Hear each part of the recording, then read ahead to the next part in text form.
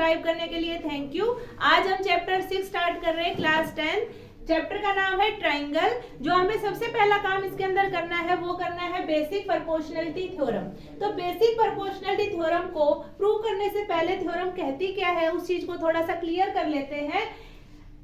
According to theorem 6.1, if a line is drawn parallel to one side of a triangle, अगर कोई line क्या की जाए, parallel draw की जाए, किसमें, ट्रायंगल के कौन सी एक साइड के पैरेलल ड्रॉ की जाए to intersect the other two side, ताकि वो क्या करे, जो दो साइड है ट्रायंगल की उनको क्या कर सके, वो इंटरसेक्ट कर ले। कौन सी line, parallel line. Parallel line क्या करेगी, उन दोनों को इंटरसेक्ट करेगी, किसके अंदर, सेम रेशो के अंदर। तो दोबारा से एक बार समझ लीजिए, थ्योरम ने क्या कहा कि एक ट्रायंगल था, ट्रायंगल की एक साइड क्या करती है, आपके पैरेलल लाइन ड्रॉ की जाती है उसके, और जो ये पैरेलल लाइन ड्रॉ की जाती है उसके जो पॉइंट है इन दोनों साइड्स पे क्या करते हैं, इंटरसेक्ट करते हैं, और जो रिजल्ट वो देते हैं वो क्या देंगे, are divided in the same ratio. वो किसके अंदर आपका डिवाइड होंगे, सेम रेशो के अंदर डिवाइड होंगे। जो अब हमें प्रूव करना है उस चीज को एक बार क्लियर समझ लीजिए। गिवन है आपके पास ट्रायंगल ABC,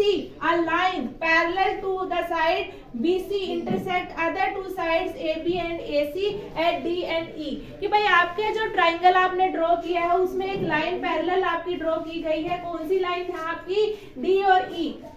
वो क्या करती है, आपको प्रूव ये करके दिखाना है, जो पैरेलल लाइन जो बनाई गई है वो क्या करेगी, आपका इक्वल पार्टीशंस के अंदर, इक्वल रेशोज के अंदर उसको डिवाइड करेगी।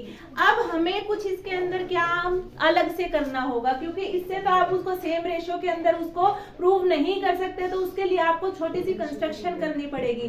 कंस्ट्रक्शन क्या करनी पड़ेगी, आपको जो ये बी लाइन है, बी लाइन को क्या करना है, आपको ई लाइन से अटैच करना है, क्योंकि आपको थोड़ा सा ट्रायंगल फॉर्मेशन इसके अंदर करनी पड़ेगी। दूसरा जो सी पॉइंट है, सी पॉइंट को किससे इंटरसेक्ट करना पड़ेगा, डी पॉइंट से। तो एक कंस्ट्रक्शन तो हमने ये की। दूसरा क्या करना है, आपको परपेंडिकुलर ड्रॉ करना है ई से आपका इस पॉइंट के ऊपर। मान लीजिए ये आपका पॉइंट है एन और दूसरा आपका ये पॉइंट क्या है, आपका एम। तो आपने क्या किया, दो परपेंडिकुलर ड्रॉ किए, किस किस के ऊपर, आपका एक तो आपका ई से एन के ऊपर और दूसरा किससे, डी से एम के ऊपर। तो यहाँ तक का हमारा कंस्ट्रक्शन का काम कंप्लीट है। आगे हम थ्योरम को कंटिन्यू करते हैं। आगे कंटिन्यू करते हैं कि इसमें हमें करना क्या है, हमें प्रूव करना है कि इस ट्रायंगल के जो आपके जो ये पॉइंट इंटरसेक्ट कर रहे हैं डी और ई, ये इन दोनों को इक्वल रेशो के अंदर डिवाइड करते हैं या नहीं करते। तो आपका AD divided by DB is equal to AE by EC होगा या नहीं होगा।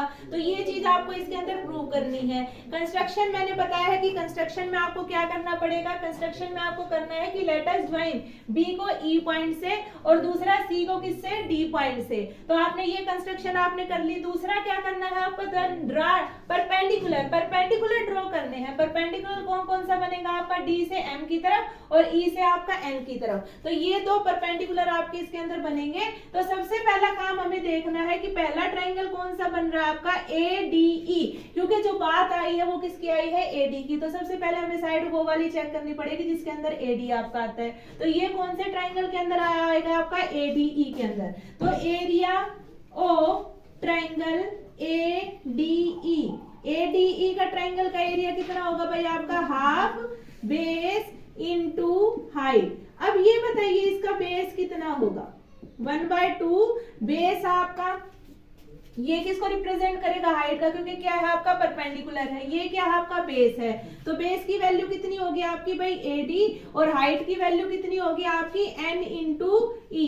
तो यहाँ तक कि ADE की बात हमारी क्लियर है। दूसरा इसने बात कही है DB के लिए। दूसरा कौन सा आपका DB से ट्रायंगल कौन सा फॉर्म कर रहा है आपका DBE। तो दूसरा आपको ये वाला ट्रायंगल लेंगे हम, एरिया ऑफ ट्रायंगल DBE। तो इसका एरिया क्या होगा, वही आपका हाफ बेस इंटू हाइट। तो हाफ बेस इंटू हाइट, तो ये वाला रिजल्ट इसमें आपका आ जाएगा। अब बेस तो इसका कितना बनेगा आपका DB, बेस कितना बनेगा आपका DB, और जो आपकी हाइट है, हाइट ये बताइए, हाइट में थोड़ा सा कंफ्यूजन ये आएगा क्योंकि परपेंडिकुलर ये वाली जो हाइट है ना वो आपका परपेंडिकुलर नहीं है, और परपेंडिकुलर नहीं है तो उसको हम हाइट कंसीडर नहीं करते। तो हम कौन सी वाली हाइट को कंसीडर करेंगे, आपका एन को, क्योंकि ई डी को कंसिडर ना करते हुए हम किस साइड को कंसिडर करेंगे, ई इंटू एन को। तो ये कौन सी हो जाएगी आपकी ई इंटू एन। तो ये दोनों रिजल्ट हमारे इस वाले ट्रायंगल से आपके निकल के आ गए। अब जो दूसरी वाली साइड में भी हमें सेम काम करना है, तो दो रिजल्ट जो हमारे निकल के आए हैं वो रिजल्ट हम उनको रिजल्ट को नोट कर लेते हैं एक बार। एक रिजल्ट तो हमारा आया है area of triangle A D E is equal to half A D into N into E. दूसरा आपका एरिया निकल के आया है area of triangle D B E is equal to half D B into E N.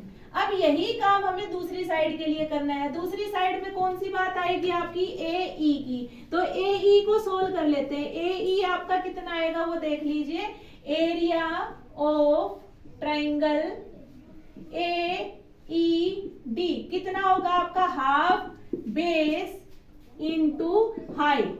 तो अब इसमें base value होगी आपकी ए ई, तो हाफ बेस होगा आपका ए ई, और जो हाइट है वो कितनी होगी आपकी ई इंटू एन। दूसरा आपने देखना है कि ई सी किस में ट्रायंगल में आएगा आपका, ई सी डी। तो इसी ट्रायंगल में इसको रख लीजिए, area of triangle A E D C कितना होगा आपका, हाफ बेस इंटू हाइट। तो बेस कितना है इसमें आपका, बेस आपका ई सी, और हाइट की वैल्यू कितनी है, हाइट जो आपकी इसमें दोबारा से आपको यही करना है कि परपेंडिकुलर को, ये वाला जो है ये वाला आपका परपेंडिकुलर की तरह काम नहीं कर रहा, तो हाइट जो आपकी काम करेगी वो कितनी करेगी आपकी ई एन काम करेगी। तो हाइट कितनी होगी आपकी ई एन। तो वैल्यूज रख लीजिए इसमें, area of triangle A E D is equal to half into A E into E N, और लास्ट आपका area of triangle E D C is equal to half into E C into E N.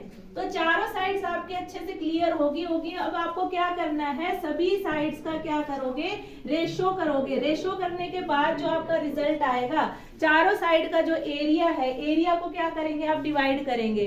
जैसे हमने जो दो area आपके जो first जो दो एरिया आए थे उन दोनों को क्या करना है, डिवाइड करना है। तो area of triangle A D E divide by area of triangle D B E is equal to area of triangle E A E D divide by area of triangle E D C. तो है ना, ये चीज जो आपने सारे areas का बिल्कुल कंप्लीट नॉलेज आपको है, सारा आप एरिया निकाल चुके हैं। ओनली बस अब आपको क्या करना है, इनकी वैल्यूज को सब्स्टिट्यूट करना है। वैल्यू सब्स्टिट्यूट करेंगे तो रिजल्ट आपका आएगा half into A D into N E divide by half into D B into E N is equal to half into A E into E N divide by half into E C into E N. अब आपको पता है कि जो half है ये half को cancel कर देगा, जो दूसरा हाफ है ये भी हाफ को कैंसिल कर देगा। आपका N E N cancel, E N cancel, बचेगा क्या आपका A D divide by D B is equal to A E divide by E C. यही जो पीपीटी थ्योरम है यही आपको क्लियर करने के लिए कहती है कि जो आपके जो पॉइंट्स है वो इक्वल रेशियोज के अंदर आपके डिवाइड होंगे। A D divide by D B is equal to A E divide by E C. Hence prove जो पीपीटी थ्योरम के अकॉर्डिंग यही था। जो भी लाइन आपकी जो पैरेलल जो ड्रॉ की जाएगी वो लाइन क्या करेगी आपके उस जो जिस पॉइंट के ऊपर वो इंटरसेक्ट करती है उस लाइन को क्या करेगी, सेम रेशियोज के अंदर डिवाइड करती है। Thank you.